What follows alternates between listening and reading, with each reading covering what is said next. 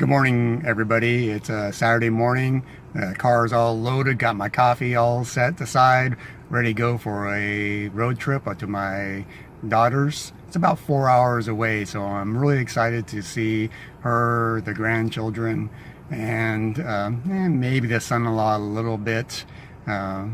Real seriously, I think we have a really good relationship, the son-in-law and I, but I always want him to question how much I really like him. Makes him try harder. So I'm going to do a little side trip to a magical place outside of Orlando, and more on that to follow.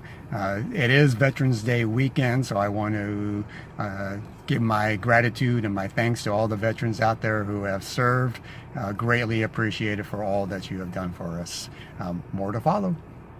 Okay, so I'm wondering how many people figured out where I was going near Orlando that would be a magical land. So let me turn around here slowly to see if you recognize it. I hope you can see that with the sun. Yes, it's REI. So I'm gonna go in and see what's available and maybe pick up a few things for my hike. So I spent quite a bit of time in REI. I didn't purchase anything from the store. Got a lot of great ideas. It did give me some thought process going on to what other items I should buy. Gave me an opportunity to return a couple things. I did make a online purchase while I was there because they didn't have my size in a particular item. I have to say I was a little disappointed for as much time as I spent online at their website and as many things I bought, that the CEO didn't meet me at the door with coffee, donuts, a gift card, something to show his appreciation for so much time that I spent on his website. It's great. I wish we had one closer to us. There's not a lot of hiking or outfitter type stores in Miami, so it was really good to see everything on hand and be able to touch it instead of being online. I mentioned that I made 2 returns and one purchase online as I'm standing inside the store of REI. They didn't have my size, so I purchased it online so it could be delivered to the house. The first item I returned was my cooking setup. It's a stove that I originally purchased back in September before I found the gear reviews on YouTube for the Appalachian Trail. I did a video about some of the purchases I made prior to finding the gear reviews and how important those are when you're making your selections. If I can figure it out, I'll put a link somewhere in the frame here to that video so you could see and what I did and learn from my lessons on that. The second item I returned was a puffy jacket, and it's also what I purchased while I was there. Nothing wrong with the puffy jacket. It would have suited my needs, but as happens from time to time is once you make a purchase, you find something later on that better suits your needs or has more features that you like. The original one was a 650 fill hoodie jacket. It would have suited my needs perfectly fine. I'm a big layers guy. I prefer to add a layer, take off a layer to regulate my body temperature. I seem to run hot as I start going through my activities, so to have that flexibility to take off a layer would have been great.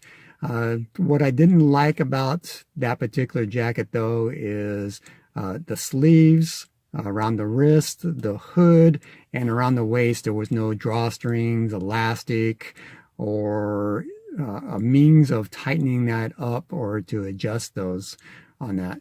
It would have been fine because I figure around the waist, my backpack would have been there, and I probably would have been wearing a wool hat or something underneath the hood anyways. Maybe gloves, if it was that cold, would have taken care of the wrist problem. I got it at a good price, so I said, it suits my needs. The second jacket came along that addressed all those It had a ways to adjust the sleeves, waist, hood, actually around the face and in the back. It was 850 fill, so it would have been a warmer jacket, eliminating one of the layers that I may have needed. And also, I don't remember if the original one was also water resistant down or not, but this one is. It had a few other features that addressed backpacking in particular. It talks about over the shoulder, how it's reinforced there and under the arms.